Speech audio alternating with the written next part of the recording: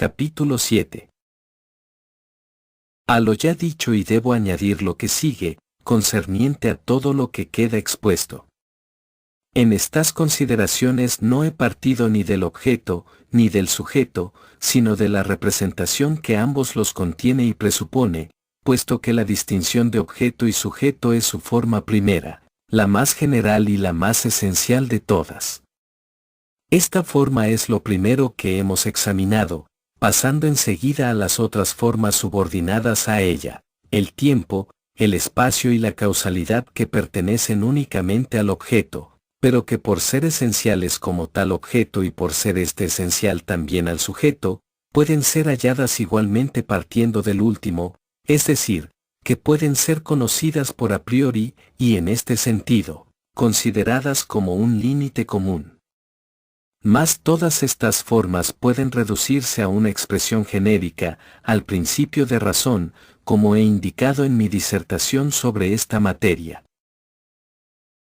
Esta manera de proceder es lo que distingue totalmente a mi sistema de todos los ensayos filosóficos que se ha hecho hasta el día. Tales ensayos partían, ya del objeto, ya del sujeto, y trataban de explicarlos el uno por el otro, fundándose en el principio de razón, mientras que yo coloco fuera de la jurisdicción de tal principio de la relación entre el objeto y el sujeto, y no le dejo más que el objeto. Podría no incluirse en esta posición que acabamos de indicar, el sistema nacido en nuestros días, que generalmente se conoce con el nombre de filosofía de la identidad, en el sentido de que, no parte ni del sujeto ni del objeto, sino de un tercer término, lo absoluto cognoscible por intuición de razón, que no es ni objeto, ni sujeto, sino la identidad de ambos. Aunque no me atrevo a decir una palabra sobre semejante respetabilidad-identidad, ni sobre lo absoluto, por estar enteramente desprovisto de toda intuición de razón, debo, sin embargo, observar, fundándome simplemente en los protocolos de los que saben percibir intuitivamente con la razón, protocolos que están al alcance de todo el mundo, incluso de nosotros mismos los profanos, que ese sistema filosófico no es más que excepción del antagonismo entre dos errores, que señalé antes, puesto que, con toda esa identidad del sujeto y del objeto que no se puede pensar, sino percibir intelectualmente o descubrir absorbiéndose en ella, dicha filosofía, en vez de evitar aquellas dos faltas opuestas, incurre en ambas, puesto que se divide en dos escuelas, que son una de idealismo trascendental, la doctrina del yo, de Fichte, que en virtud de la ley de causalidad hace que el sujeto produzca al objeto, y la otra, la filosofía de la naturaleza, que hace nacer gradualmente al sujeto del objeto, empleando un método llamado de construcción.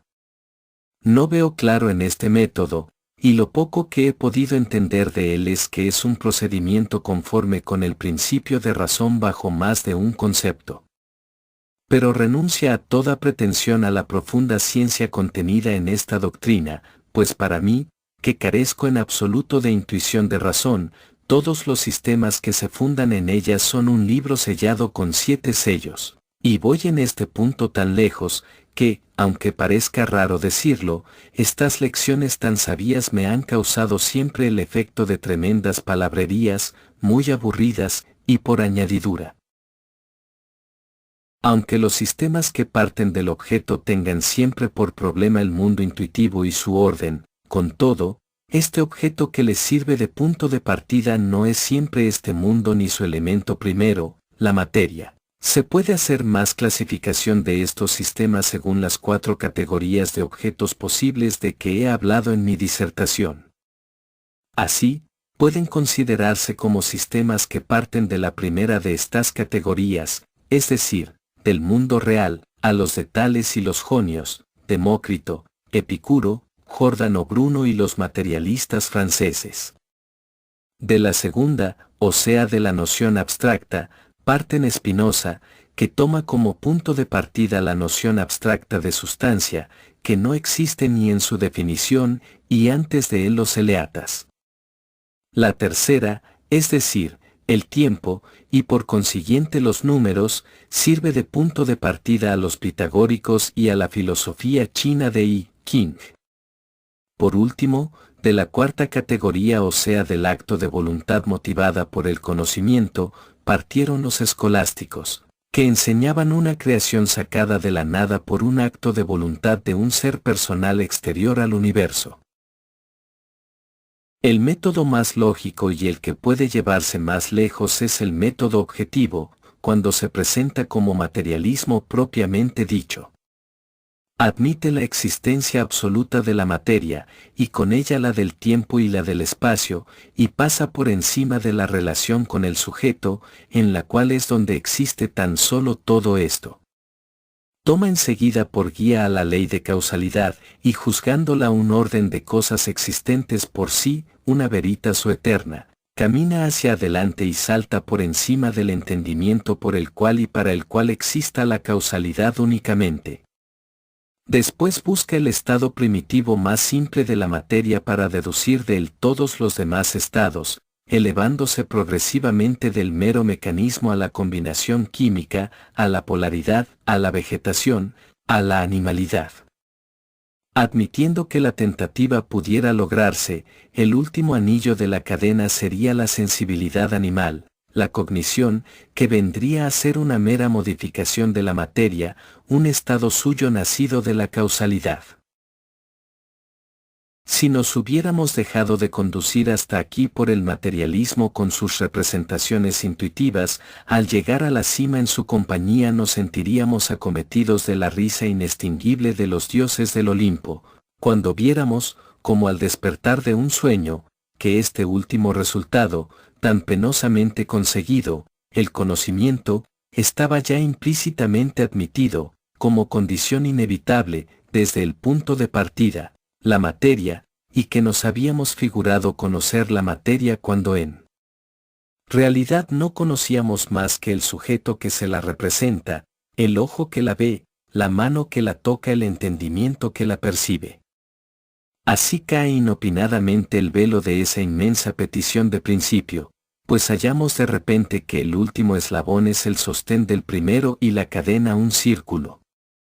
La filosofía materialista se parece al barón de Munchausen, que habiendo caído al agua con su caballo le sacó y se sacó a sí mismo tirando de la coleta de su peluca vuelta hacia adelante. El absurdo radical del materialismo consiste, pues, en tomar lo objetivo como un punto de partida, como principio último de explicación. Esta realidad objetiva la encuentra ya en la materia en abstracto, ya en la sustancia, es decir, en la materia revestida de forma y empíricamente dada, tal como aparece en los cuerpos simples de la física y en sus primeras combinaciones. Esto es lo que admite como cosa existente en sí absolutamente para deducir de ello la naturaleza organizada y luego el sujeto que conoce y explicarlos de una manera completa, cuando en realidad todo lo que es objetivo está diversamente condicionado, como objeto, por el sujeto con sus modos de conocimiento, y le supone de antemano, de tal suerte, que, si con el pensamiento se elimina al sujeto, desaparece el objeto totalmente. Vemos también que el materialismo trata de explicar nuestros datos inmediatos por datos mediatos. Todo lo que es objetivo, extenso, activo, en suma, todo lo que es material. Todo lo que el materialismo considera como fundamento tan sólido de sus explicaciones que éstas no dejan nada que desear desde el momento en que se apoyan en semejante base, sobre todo cuando ésta ha sido reducida al principio de la acción y de la reacción. Todo esto, digo, no es más que un dato indirecto y condicional y solo tiene una existencia relativa, pues todo ello ha tenido que pasar por el mecanismo y la elaboración del cerebro y se ha modelado en las formas propias del entendimiento, tiempo, espacio y causalidad, antes de presentarse por mediación suya como algo extenso en el espacio y activo en el tiempo. Con semejante dato pretende explicar el materialismo el dato inmediato, la representación, en la cual existe por completo el primero, y lo que es todavía más, pretende explicar también de esta manera la voluntad que, por el contrario, es lo único que puede hacer comprender verdaderamente todas esas fuerzas elementales que se manifiestan con orden por virtud de la causalidad. A esta afirmación de que el conocimiento es una modificación de la materia, se puede oponer siempre la afirmación opuesta, que toda materia no es más que una modificación del conocimiento del sujeto, no es más que su representación. Con todo, el fin y el ideal de toda ciencia natural es un materialismo perfectamente enlazado.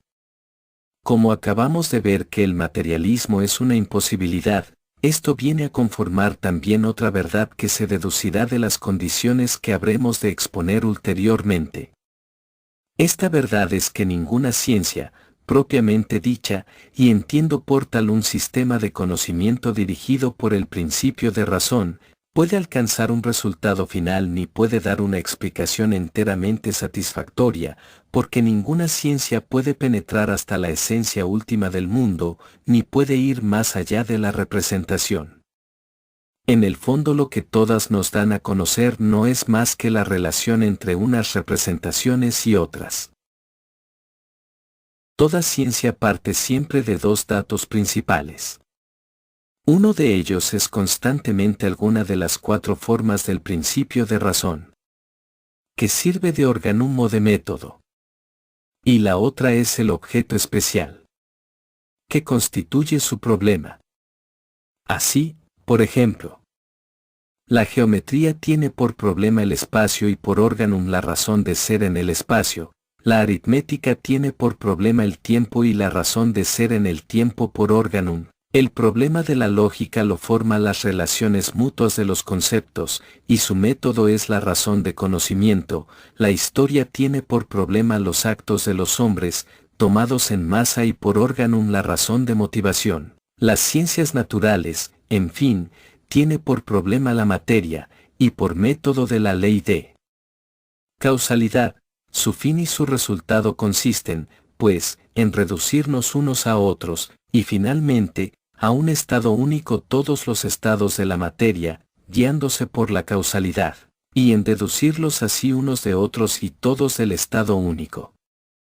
Hay, pues, dos estados extremos que se encuentran uno enfrente de otro, aquel en que la materia es el objeto menos inmediato al sujeto, y aquel en que es el más inmediato, en otros términos, la materia más muerta, más informe, el elemento primero, por una parte, y por otra el organismo humano. La ciencia natural estudia como química el primero de estos estados, y como fisiología el segundo. Pero hasta el día no se ha podido penetrar ninguno de estos dos extremos, solo entre ambos se ha conseguido hacer algunos progresos, y a la perspectiva de lo porvenir no da mayores esperanzas.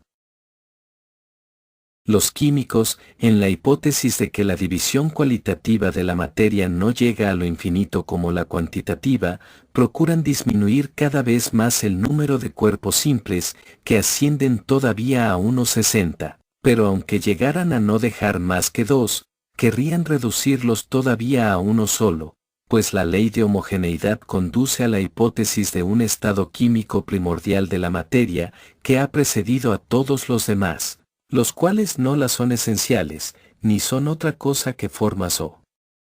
cualidades contingentes. Este primer estado sería el único esencial a la materia. Pero por otra parte, no podemos darnos cuenta de cómo este estado primitivo pudo sufrir jamás una modificación química cuando no existía otro segundo estado que pudiera obrar sobre él. Esta dificultad de la química es la misma que halló Epicuro en la mecánica, cuando trató de explicar cómo el primer átomo, en el origen, fue desviado de la dirección inicial de su movimiento. Esta contradicción, que se produce por sí misma y que no es posible evitar ni resolver, puede muy bien ser presentada como una antinomia química, y de igual manera que la hallamos aquí en uno de los extremos a los cuales aspira la ciencia de la naturaleza, encontraremos la correspondiente a ella en el otro extremo. Hay también poca esperanza de alcanzar este segundo extremo de la ciencia natural, pues cada vez se convence uno más de que un principio químico no podrá reducirse nunca a un principio mecánico, ni un elemento orgánico a un elemento químico o eléctrico. Los que hoy tratan de entrar en esta antigua senda de error, se verá también pronto obligados, como sus predecesores, a desandar el camino y a volverse silenciosos y cabizbajos. De todo esto se trata más extensamente en el libro 2. En el mismo terreno de la ciencia natural es donde se elevan contra ella las dificultades que hemos mencionado aquí solamente de pasada. Como filosofía, la ciencia natural profesa el materialismo, y hemos visto que éste, desde su nacimiento, lleva la muerte en su seno, puesto que pasa por encima del sujeto y de las formas del conocimiento, que, en la materia más bruta, de donde aquel cree partir, como en los organismos a los cuales querría llegar, están ya previamente sobreentendidos. No hay objeto sin sujeto, tal es el principio como hace imposible para siempre al materialismo. Los soles y los planetas sin un ojo que los vea y sin un entendimiento que los conozca, puede expresarse con palabras, pero para la representación, tales palabras son un absurdo, un sideroxilon.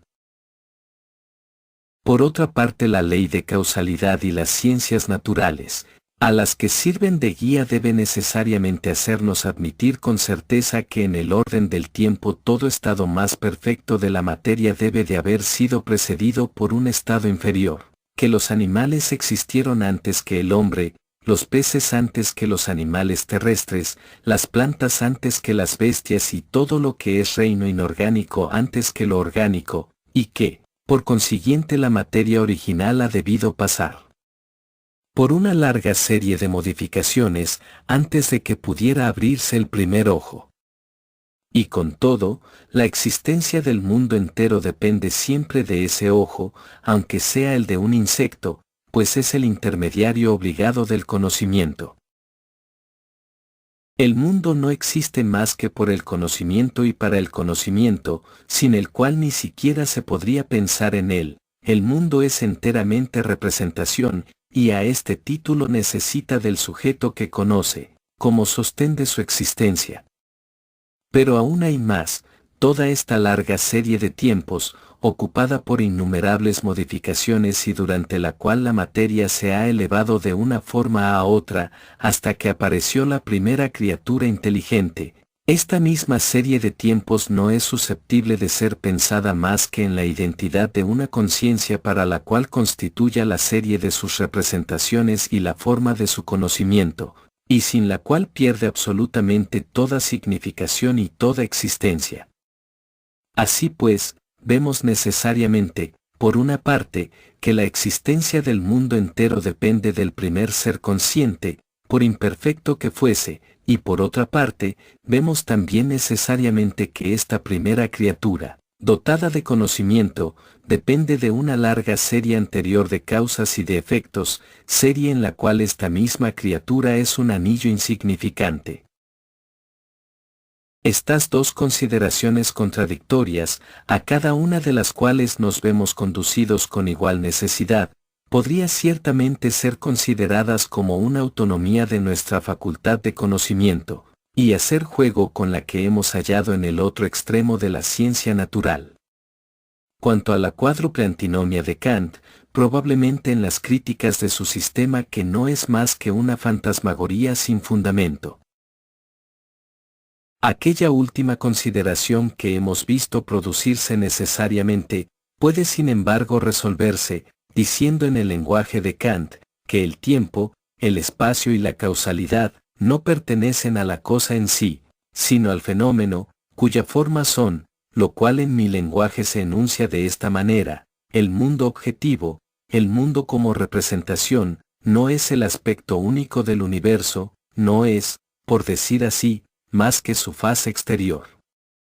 El mundo tiene además otro aspecto diferente por completo, que forma su esencia íntima, su núcleo, que es el objeto en sí. Esto es lo que estudiaremos en el libro siguiente, llamaremos voluntad, con el nombre de la más inmediata de sus objetivaciones.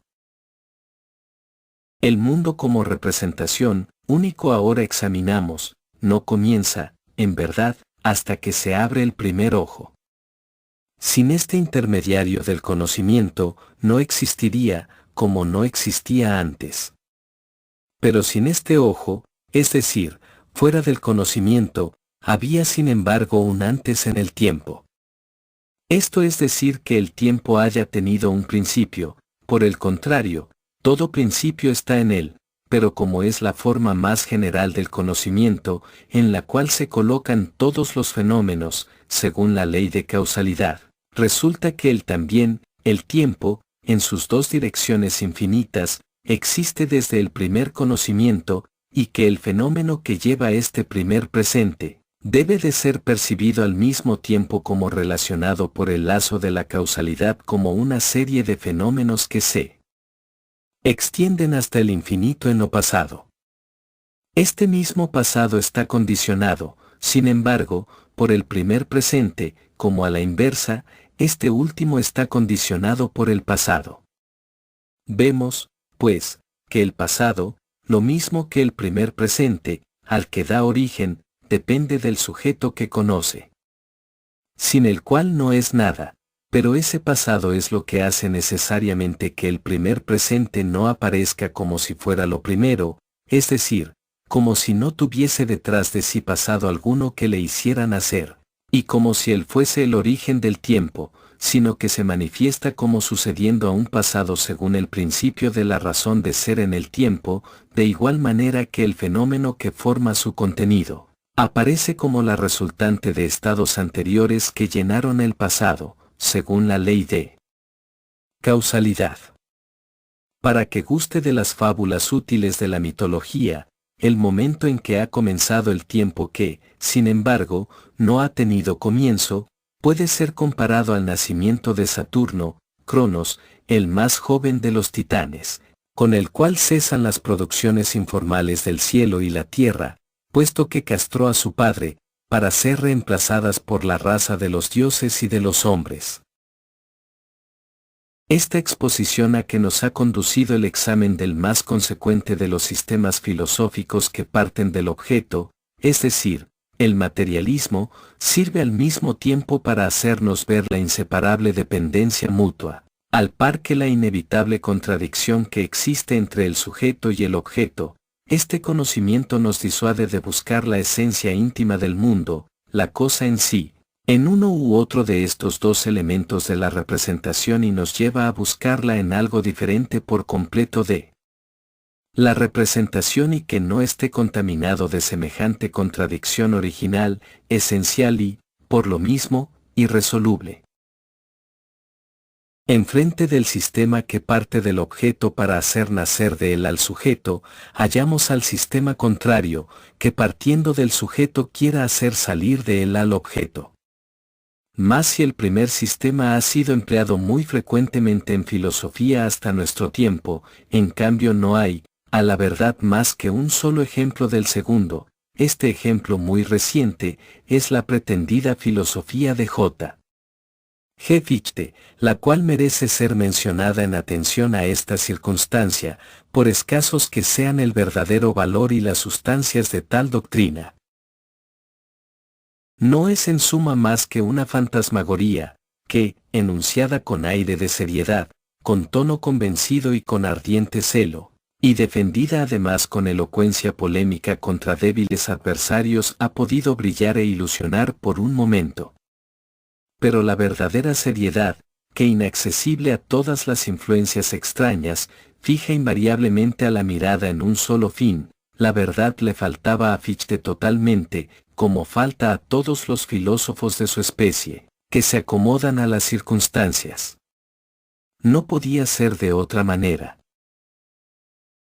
En efecto, se llega a ser filósofo por una duda que se quiere desvanecer, que es el de Platón que llamaba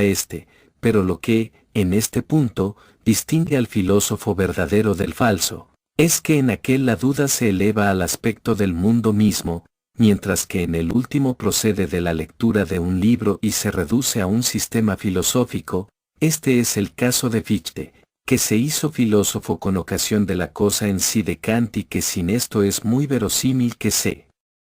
hubiera ocupado en otra cosa, y probablemente con mejor éxito, pues poseía un talento notable de retórico. Si hubiera penetrado un poco el profundo sentido de la crítica de la razón pura, el libro que le hizo filósofo, habría comprendido que el espíritu de lo que allí se enseña es, ante todo, que el principio de la razón no es, como pretendía la filosofía escolástica, una veritas o eterna, es decir, que no tiene un valor incondicional, existente antes del mundo, fuera del mundo y por encima del mundo, sino que este valor es condicionado y relativo, y que se aplica al fenómeno solamente, cualquiera que sea la forma bajo la cual se manifieste dicho principio, lazo necesario con el tiempo o con el espacio, ley de causalidad o razón de conocimiento. Habría comprendido, por consiguiente, que no es por este camino por donde se puede descubrir la esencia íntima del mundo, y que jamás puede conducir más que a una cosa igualmente accidental y relativa, al fenómeno, y no a la cosa en sí. Hubiera visto que el principio de razón no es concerniente del todo al sujeto, que no es más que la forma de los objetos, que por el hecho mismo de serlo no son cosa en sí, que el sujeto existe al mismo tiempo que el objeto y viceversa, y que por lo tanto, ni el objeto puede suceder al sujeto procediendo de él como de su causa, ni, a la inversa, el sujeto puede venir después del objeto, siendo mero efecto de él. Pero de todo esto nada penetró en el espíritu de Fichte. Para él el único aspecto interesante de la cuestión era el punto de partida del sujeto, elegido por Kant para demostrar la falsedad del punto de partida del objeto, que se convertía de esta manera en la cosa en sí. Mas Fichte tomó este punto de partida del sujeto, por la tesis misma que se trataba de dilucidar, por el fondo mismo de la cuestión. Como todos los plagiarios, creyó que, exagerando lo que había dicho Kant, le superaría, y repitió en este sentido todas las faltas cometidas en el sentido opuesto por el dogmatismo reinante hasta entonces, y que había dado origen precisamente a la crítica de Kant. De esta manera nada se alteró en el punto principal, el antiguo error culminante, la hipótesis de una relación de causa a efecto entre el objeto y el sujeto, continuó en pie como antes. El principio de razón conservó un valor incondicional, todo se redujo a colocar la cosa en sí en el sujeto del conocimiento, en lugar de ponerla como antes en el objeto, y por último, la relatividad absoluta del sujeto y del objeto, que indica que la cosa en sí o esencia íntima del mundo, no debe buscarse en ellos sino fuera de ellos, y fuera de toda existencia relativa, si yo desconociéndose como anteriormente. Cual si Kant no hubiera existido nunca, el principio de la razón tal como lo concibió Fichte, era todavía lo mismo que fuera para los escolásticos, una verita o eterna. Así como sobre los dioses de los antiguos reinaba el eterno destino, sobre el Dios de los escolásticos se elevaban estas veritates o eternoe, a saber, las verdades metafísicas, matemáticas y metalógicas, y también, para algunos, la autoridad de la ley moral. Estas verdades no dependían de nada, pero su necesidad era el fundamento de la existencia de Dios y del universo. Por virtud del principio de razón, como una veritas o eterna de esta especie, yo de Fichte es la razón del mundo, o no yo, del objeto, que es su consecuencia y su obra. Se guardó muy bien Fichte de examinar de cerca el principio de razón y de comprobarlo.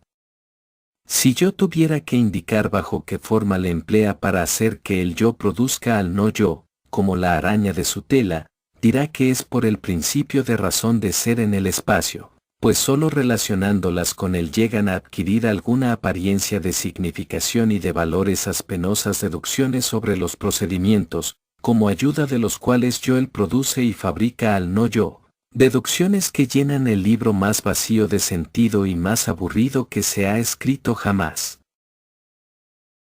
Esta filosofía de Fichte, que por otro concepto no merece mención alguna, solo es interesante por el contraste completo, tardíamente producido, que ofrece con el antiguo materialismo.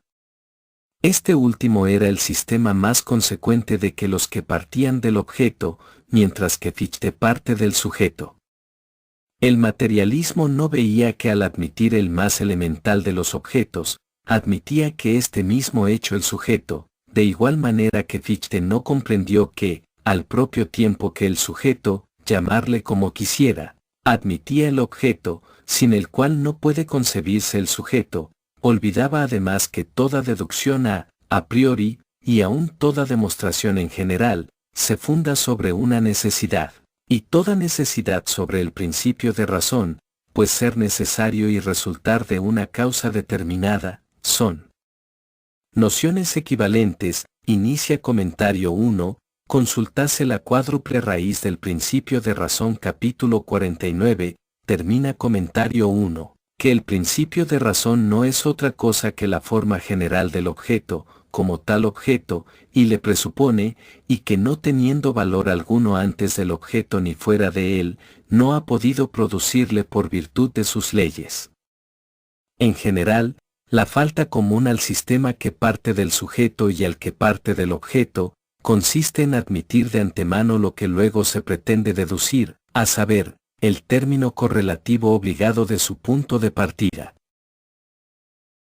Mi procedimiento difiere todo género de estos dos hierros opuestos, en que no parto del sujeto ni del objeto, sino de la representación como hecho primero del conocimiento, cuya forma primera y esencial es la división en sujeto y objeto. A su vez, la forma del objeto es el principio de razón bajo sus diversas manifestaciones. Cada una de sus formas rige también poderosamente la clase de representaciones que le es propia, que cuando conocemos una de esas formas, conocemos al mismo tiempo la esencia de toda la clase, puesto que, como representación, no es otra cosa que aquella forma misma. Así, el tiempo no es más que la razón de ser en el tiempo, es decir, la sucesión, el espacio no es más que el principio de razón en el espacio, o sea la situación, la materia no es más que la causalidad y el concepto, como veremos enseguida, no es otra cosa que la relación con el principio de conocimiento.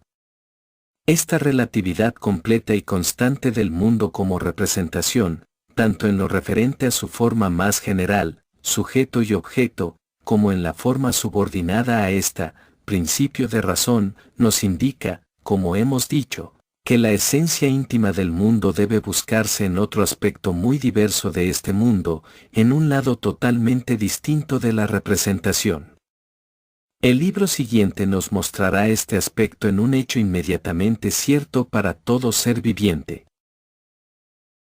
Antes, debemos examinar esa clase de representaciones que tiene solo el hombre y cuya sustancia es el concepto y su término correlativo en el sujeto la razón, como en las representaciones que hemos examinado hasta ahora. Lo correlativo era el entendimiento y la sensibilidad, que son propios de todos los animales sin distinción.